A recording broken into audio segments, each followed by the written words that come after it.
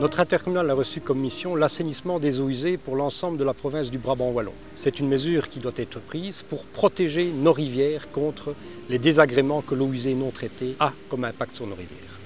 La station d'épuration de la vallée du Hain est la dernière grande station à mettre en service. Son équipement va nous permettre d'arriver à un taux de 93% des eaux usées assainies en Brabant wallon par rapport à une moyenne de 83% sur la région wallonne. Et de surcroît, ça nous permet de sortir le Brabant wallon du contentieux européen. La capacité de la station d'épuration est de 91 000 équivalents habitants. Chaque équivalent habitant consomme en moyenne 180 litres par jour. La capacité de la station est donc, en fonction des 91 000 équivalents habitants, est de 910 mètres cubes par temps sec et 5 480 mètres cubes par temps d'orage. Aujourd'hui, je suis très content de voir la station qui se termine.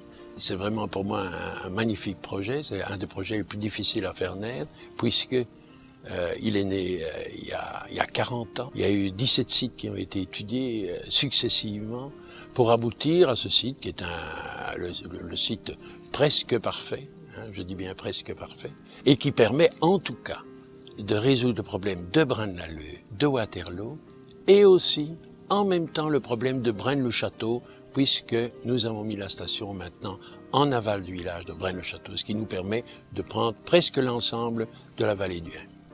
Sa réalisation est l'aboutissement des travaux d'assainissement lancés il y a plus de 20 ans avec les premiers collecteurs dans cette vallée.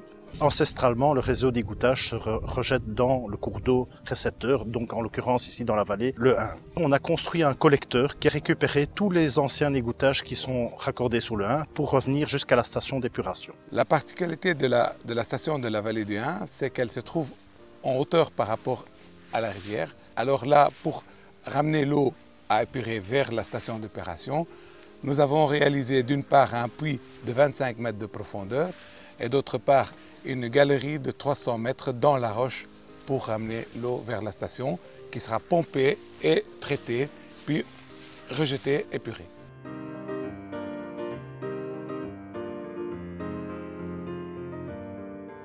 Les eaux arrivent à 25 mètres de profondeur et doivent être relevées. Et avant d'être relevées, on doit effectuer un dégrillage grossier.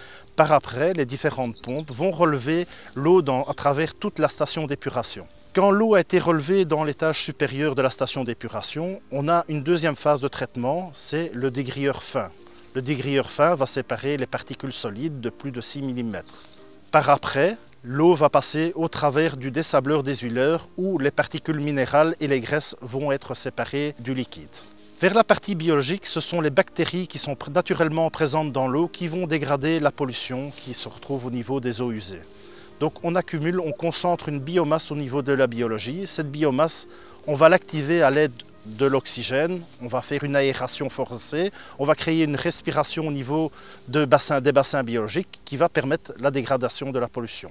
À la sortie des bassins biologiques, nous allons vers les décanteurs. Les décanteurs vont séparer la partie boue de la partie liquide. Entre le moment où l'eau rentre de la station d'épuration jusqu'au moment où elle sort de la station d'épuration, il faudra 24 heures pour avoir parcouru tout le cycle de traitement de l'eau. C'est un des derniers grands défis puisqu'on a eu d'énormes difficultés au cours du temps pour pouvoir construire cette station d'épuration du fait de l'urbanisation importante du Brabant wallon. Une fois les études techniques réalisées, l'appel d'offres, l'étude d'incidence, nous avons déposé une demande de permis unique. Et à partir de ce moment-là, ce fut une véritable vague déferlante de recours au gouvernement, au Conseil d'État sur nos permis. Et c'est un décret parlementaire du Parlement wallon qui nous a permis de passer au-dessus de la sanction du Conseil d'État et d'enfin envisager un début de chantier en 2009. Chaque fois, on avait un groupe de pression. Hein? Non, pas là, plus bas, non, pas là, plus bas, ailleurs, etc. Et nous sommes descendus dans la vallée progressivement jusqu'à venir en aval de Braine-le-Château. Lors du projet, nous avons répondu aux exigences du cahier de charge afin d'intégrer la station complètement dans le site. Nous avons fait un projet où toute la station est complètement enterrée.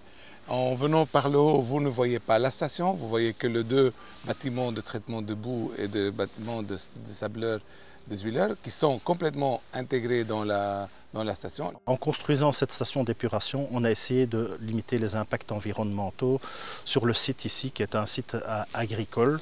Et donc pour ce faire, on a construit des bâtiments de style fermette qui permettent de limiter en effet l'impact visuel des bâtiments. Ce sont des bâtiments de type basse énergie. La station d'épuration, d'un point de vue technique et d'un point de vue esthétique, est quelque chose de parfaitement réussi que j'ai suivi avec beaucoup d'attention et beaucoup de plaisir.